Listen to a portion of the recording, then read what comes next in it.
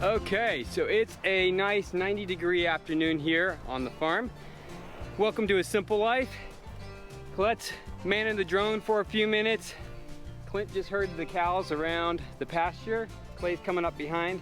He wasn't feeling good, but he's feeling better now. We're gonna get the new paddock set up for the cows. So what we're doing is this whole area that was too wet to cut our hay off of, we're gonna put a line around it, and then we're gonna start strip grazing them through it.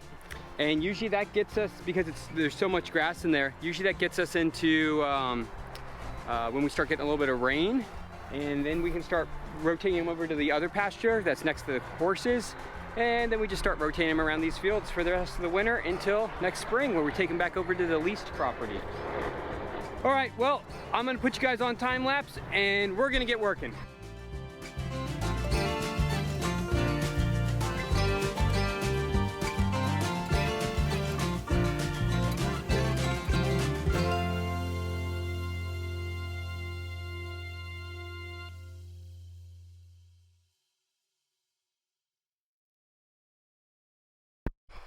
Okay, so we got all the fencing or the wire set up around the whole area.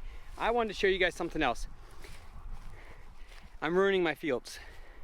No, I'm just joking, not really. But here's what's really cool.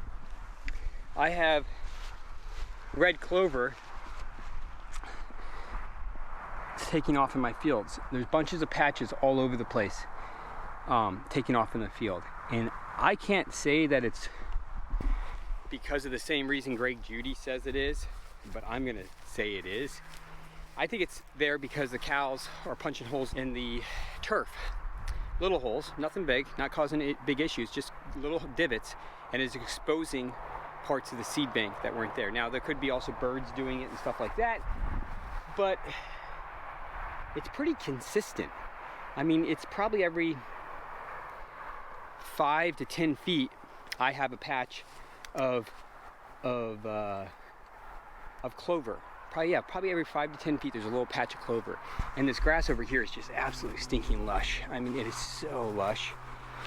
And there's some thistles and stuff growing in there as well. But there's a bunch of clover. I'm trying to see. When I was walking over here, I saw a bunch of patches, and now, oh, there you go. Boom. There's a nice big patch right there. And yeah, we have some of this I forget, it's like a reed grass, and I've had success getting rid of it using pigs. I've used my pigs to get rid of it a few times, and it's worked really well, and so I'm going to continue to do that. What I do is I bring the pigs in basically in the fall. Once the cows are done in an area, I bring the pigs in, and I kind of let the pigs really till it super hard, and then I come back in and I'll throw out like a ryegrass or just a cow mixture or something, anything I can get that, you know, is going to be better than that. I find the canary reedgrass actually helps with it, because the canary reedgrass is super aggressive. And there's a bunch of that in here, but this area right here that's all tall was almost all nothing but that like straw, kind of like reed grass kind of stuff, and it's not like that anymore. It's about 50% of it's gone. So I'm gonna do the same thing I did a couple years ago, and that's use my pigs to do a bunch of tilling. Sorry, it is stinking bright out today. It is a brutally hot day today. I'm gonna duck in here. Anyways, I'm gonna go help the boys finish setting up everything. They just pushed the cows over to come in the new pasture. They just did that a second ago, so I'm gonna go help them set up the water and all that kind of stuff. Okay, so we're getting the water going. Yes, I know we're using 55-gallon containers to do the water.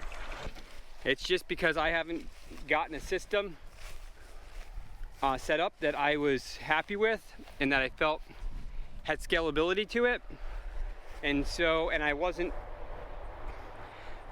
ready to put a bunch of money into putting some type of water line from our place out to these pastures until I kind of really figure out exactly how things are going to be laid out and what I'm doing with all the fields.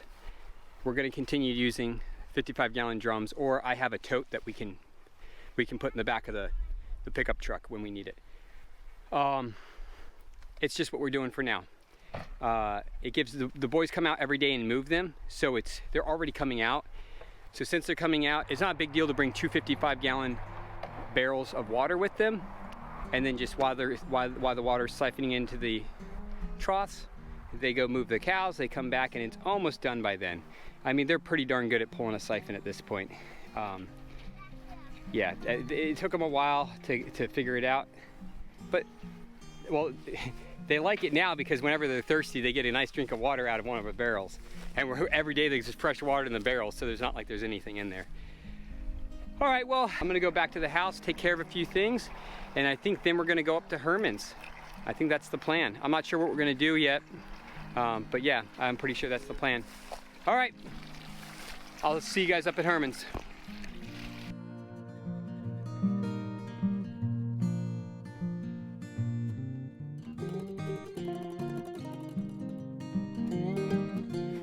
I think it's important when you are setting up a farm or growing areas or areas that you're going to be putting livestock to really take your time and plan things out correctly. The water system for all the pastures, whether they're cattle or pig pastures or goat pastures, I have not figured out exactly what I'm doing on our land yet. I'm still building the overall idea of how we're going to be moving animals and what the permanent location of some of these pastures are. And because I'm figuring out those pastures still and figuring out the overall plan and the logistics of where everything's going, I'm not going to commit to running water to those pastures, because at the end, potentially I could be wasting thousands of dollars just to get water run out to those pastures. But what I have found is I found a way to get water out there every day. Every day we're going out there to move the cattle. And so 2 55-gallon drums or a 250-gallon tote works great. It allows us to get the water out there.